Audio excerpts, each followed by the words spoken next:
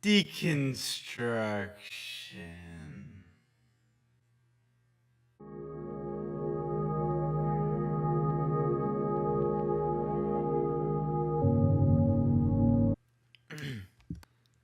I first became aware of postmodernism in 2015 after my reading of David Foster Wallace's Infinite Jest. Ooh.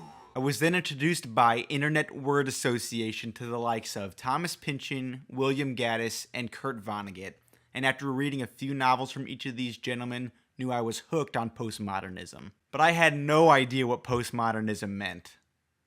Until now. Kind of. Postmodernism, a very short introduction, covers the entire postmodern movement and its themes across every medium, starting with art. The author Christopher Butler starts out the book with an example of postmodern art. Literally just a bunch of bricks in a rectangular formation in a museum. Now this is obviously very different than what you'd find in your traditional museum with the Monets and Michelangelos, but that's kind of the point of postmodernism, to reject this high culture standard of art of the past. The point in most cases of postmodern art isn't for you to come up and really be wowed about the visual representation of what's in front of you. It's supposed to make you a more active participant in the process, to really challenge your intellectual response.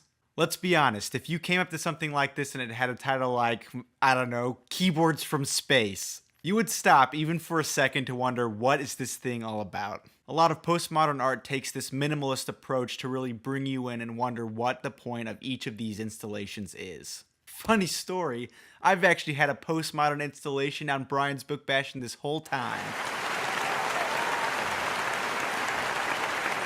This brown curtain in the back is the height of postmodernism. I like to call it the Missouri River. A lot of this art gets legitimized by the critics of postmodernism and the fact that it's even installed in a place of prestige in the first place. The jury's still out if half the pieces are even good. The book then gets into the literature, film, philosophy, and politics of postmodernism. Though it's stated that the peak of postmodernism is well behind us, I found that some of its themes are still especially prevalent in today's society. Most notably, the distrust of not only our past history, but pretty much every piece of information that reaches our ears on a day-to-day basis. Fake news.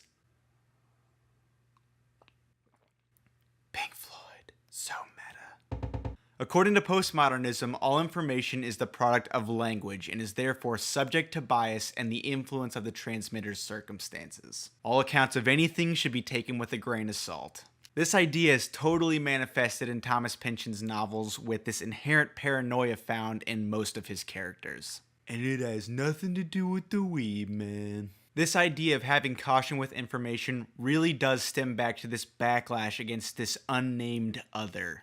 In other words, the rulers and the wealthy of the world. It's generally thought that any information in movies or books or even the news are all disseminated from this central idea that's trying to influence you in a very negative way. Postmodernism fights against this with a general distrust and a deconstruction of everything we know. This is pretty much the direct opposite of the idealism of Immanuel Kant. One very, very loose similarity here is that postmodernism does find some equality with all people, but it's not any enlightened equality here. It's the idea that every single idea has equal footing within the grand scheme of things. The most dramatic example of this is with the creator of something and the critic of something.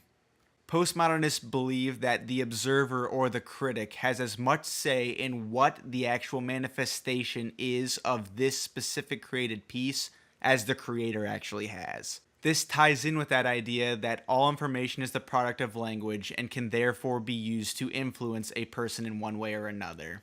The creator of this amorphous piece in our example may not realize what influences they carried along with them to create this piece, and this outside observer may be able to pick up on these influences and have a more accurate assessment of what this piece is because of that recognition. It all gets very confusing. Now, all of this distrust and deconstruction and these seemingly equal weightings of ideas obviously create a very strange environment for postmodernism itself. It's subject to the same criticisms it uses against everything else. There's really no general position available to postmodernists. As the book states, they are radical critics, but passively conservative. A strange place to be. I've found this assessment to be true in a lot of the great critical postmodern novels I've read. There's a lot of wonderful content in the middle, but no real definitive conclusion. Brilliant conclusions all the same, but you almost feel more lost than when you started the novel. I'm definitely not a master of postmodernism, even after reading this thing, but this was a great, concise starting point to really get some understanding of what postmodernism is.